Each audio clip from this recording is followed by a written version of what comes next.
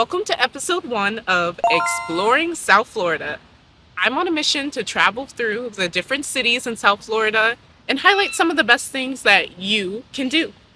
Today's video, I'll be traveling through the city of Pembroke Pines. So, let's get started.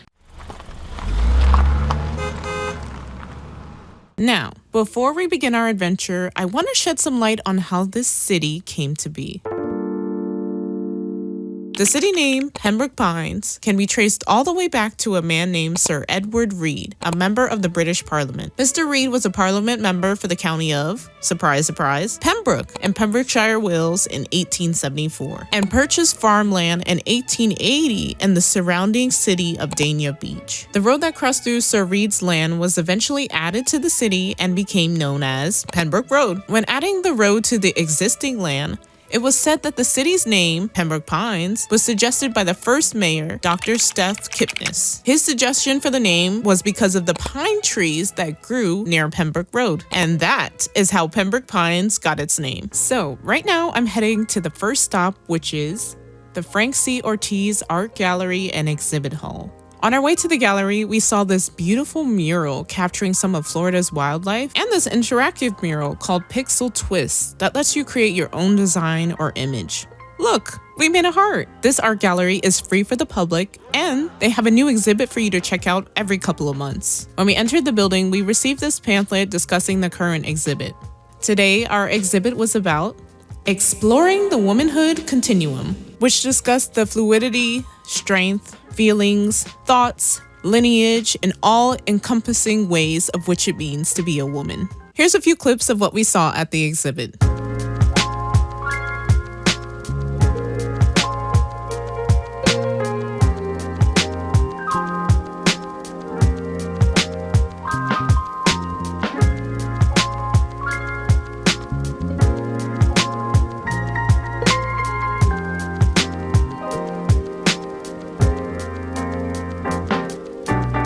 Alright, so we just finished up at the museum. Overall, I really enjoyed it. It was very small. I thought it was going to be a little bit bigger, but they had a nice exhibition going on talking about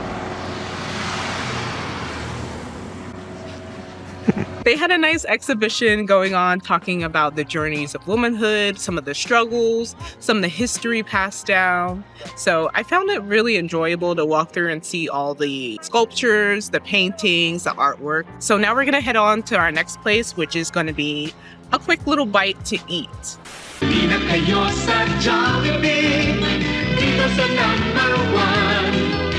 Alright guys, so we're at the next spot here, which is Jollibee. This Jollibee is one of the only Jollibees here in South Florida. This is one of my favorite spots here. They're known for their fried chicken and spaghetti, so let's go give it a try. Before you even grab the door to go inside, you're greeted by the chain's famous and lovable mascot, this Jollibee, if you will. And the inside is decked out as well. On the way to the register, you can see information about the latest deals and a sign displaying the brief history of how the chain became to be and spread internationally. Today, I'm also accompanied by my boyfriend here, and we just got our food here. We got 2 chicken sandwiches, famous Jollibee spaghetti, of course, and 2 desserts that we're about to try. This one here is the peach mango pie. I've had this before. It is very, very good. And there's a new dessert that we're about to try. This one is the ube pie. We also got fries, our regular drink, and I decided to be a little extra and get the pineapple quencher. This is so good, guys. It's worth it. It's extra, but you know, it's worth it. So we're about to eat. So I got the original chicken sandwich. I've had this one before and it's one of my favorites. It's pretty high up there, like almost, I would say it's better actually than Chick-fil-A, which is, I don't know, might be a hot take, but that's just me. Now, you can upgrade the sandwich to the deluxe, which includes lettuce and tomato. But today, I decided to keep it classic. I haven't been to Jollibee in a while, but this sandwich is hitting, and it's just as good as I remembered it. This spaghetti is one of a kind. From the specialty sweet tasting sauce, to the loaded ground beef and hot dogs mixed inside, and the layers of melted cheese on top. It's banana ketchup. Oh, okay. So that's what gives it its sweetness. There's like a whole history thing behind it. I've heard so many people rave about the Jollibee spaghetti, and I'm looking forward to giving it a try. See, I don't know how I feel about this. Like, the sauce is very, I was gonna say like fruity, I guess because the banana. It's just, you know, a bit different. I'm not used to it. Okay, I can see how this is pretty popular, you know? You see the vision? I can see the vision for this. The standard peach mango pie. This is what they're known for.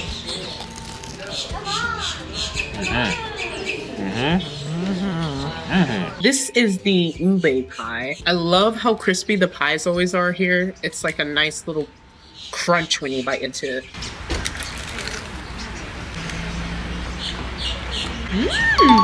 This one is pretty good, guys. And it's not too sweet. It's kind of nutty. It has nutty, creamy, and then the outside is like crispy. It's like, that's perfect. All right, so we just finished eating at Jollibee. It was delicious, as always. Now I'm feeling super full, and I really need to walk this off. So there's no better place to do that than at the next stop, which is Round 1. So let's go. This is Round 1, the ultimate arcade, located inside Pembroke Pines Mall. Here at Round 1, not only can you play popular arcade games like Mario Kart, this fancy rhythm game, or this classic break-a-plate game, you can also do other activities like explore the rows and rows and rows of crane games where you can win the chance of going home with these cute plushies or popular anime figures. I got my eyes on that Gojo and Geto one. In addition to this, you can grab a drink at the bar or grab a bite to eat. Kurage, anyone? You can also book a private karaoke room to belt out some tunes, play some pool, bowl. And if that isn't enough, you can head upstairs to the Spocha floor to play some sports, rollerblade, trampoline, bull ride, and do so much more. We wanted to stick to the first floor today and hit up some crane games and the arcade. And we already had a game card here, so we just had to head to this kiosk to recharge it. We decided to do the package that gives you 180 credits for $35. If this is your first time here and you want to play at the arcade or use the crane games, you'll have to stop by this area here to get your game card. All right, our cards recharged. Let's play some games. Instantly, I made a beeline to the crane games to start. And I do want to make a note that some of these crane games can take up a lot of credits, especially these big ones here, so be aware. We actually ended up striking out multiple times.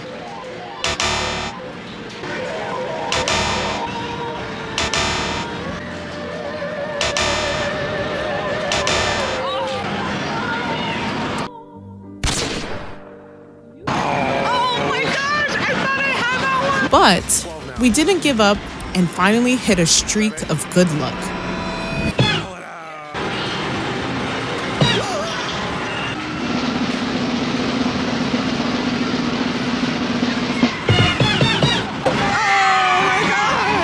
After cashing out on our wins, we decided to try our hands at some arcade games.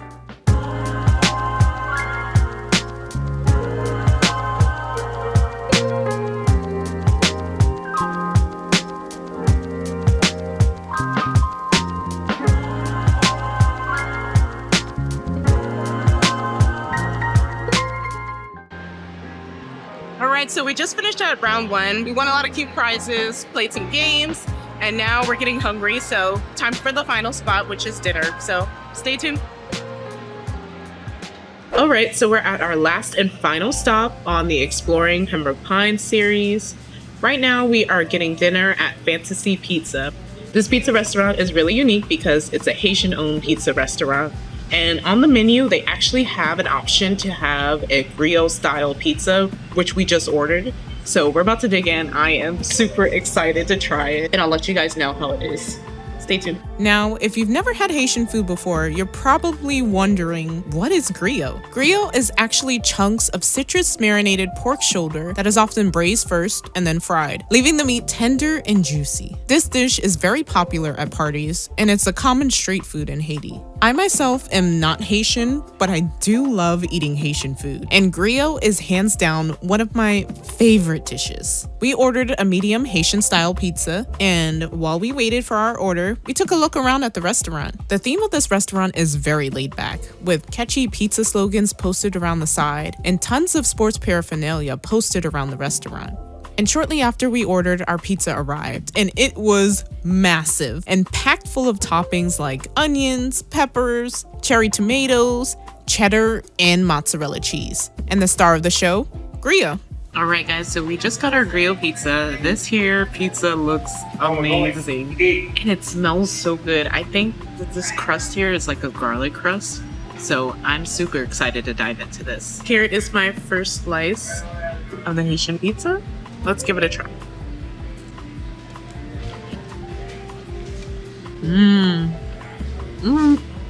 This is really good.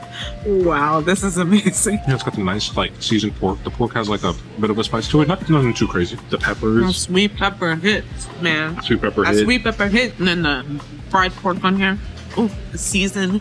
It's nice and like kind of crispy, but not too crispy. And it's not like tough either. You don't get a lot of cheese. Well, there is a lot of cheese on here. There's not a lot of sauce. Crust is amazing, man. Listen to the sound of the crust, guys. Oop, the cheese fell. I'll pick that up later. Listen to the sound of this crust. That is a good bite of pizza.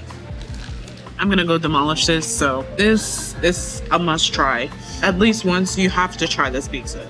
And as you can tell by both of our finished plates, we really love this. If you are in the area, definitely check out Fantasy Pizza and try the Haitian pizza. We highly recommend. Oh. Well, it looks like Fantasy Pizza is no longer here. Hashtag rest in pizza. And now it's time to say goodbye to Pembroke Pines for now and head home. Thank you for coming along with me and watching this video. If you found this guide helpful, make sure to like the video and share it. Send it to a friend, a family member, a partner, a coworker. Also, if you have any places in South Florida that you would like to highlight, please leave it in the comments below. Until next time, guys. Bye.